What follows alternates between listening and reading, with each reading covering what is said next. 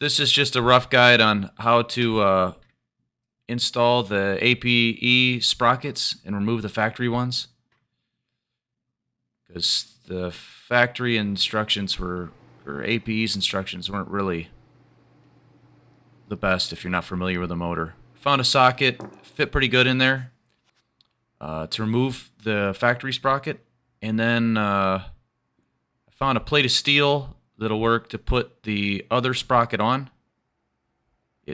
When you put it on, it pushes down until it's flush with the top of the cam. That steel will make that possible.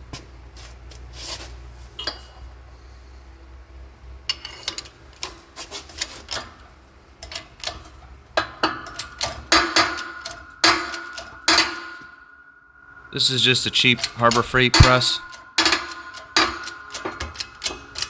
No big deal, really.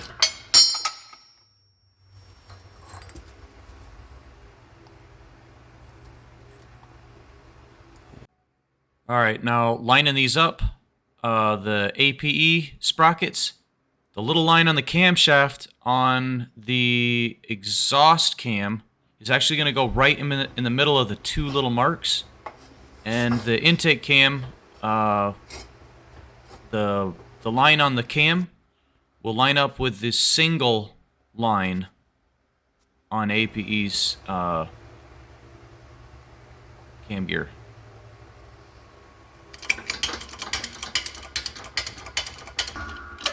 When you're pressing these on, it should be obvious, but you need to make sure that you support the cam in the right way. It shouldn't be under the bearing, obviously. And this is the intake cam. Here's both the cams after they're pressed on. And that's the exhaust cam on the left, B is, and the intake cam is A there on the right. And the line lines up with a single on the intake, and the line lines up in the middle of the double on the exhaust. And you don't have to, but I decided that I would just TIG weld a little spot so that it's unable to rotate. I do have heavier springs.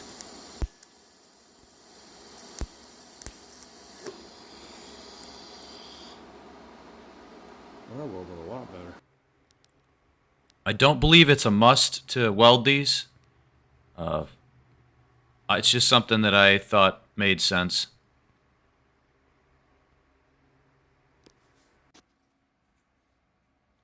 And I decided to go with blue Loctite on the bolts that hold the gears in place. Red might even be a better choice. I couldn't decide, so I went with blue. And then I just colored the ends of my bolts just so that as I rotate, I could only do one at a time after I set the timing. So I color-coded the ones I had blue Loctited, and so when I rotate, I could remember which one was which. That's why I color-coded them. And you can see the top cam chain holder. I trimmed it a little. You can see it there. And it does fit. The chain fits in the other guides. And here's the images from APE's site. You need to trim where the arrows are pointing. It's very little. And then here's their image they put of the top chain guide. You have to trim just a little off. I used an angle grinder to do it, and that's really not a big deal at all. You barely... I hope this installation guide helps somebody out. I know it would have helped me more confidently do what I just did. Good luck.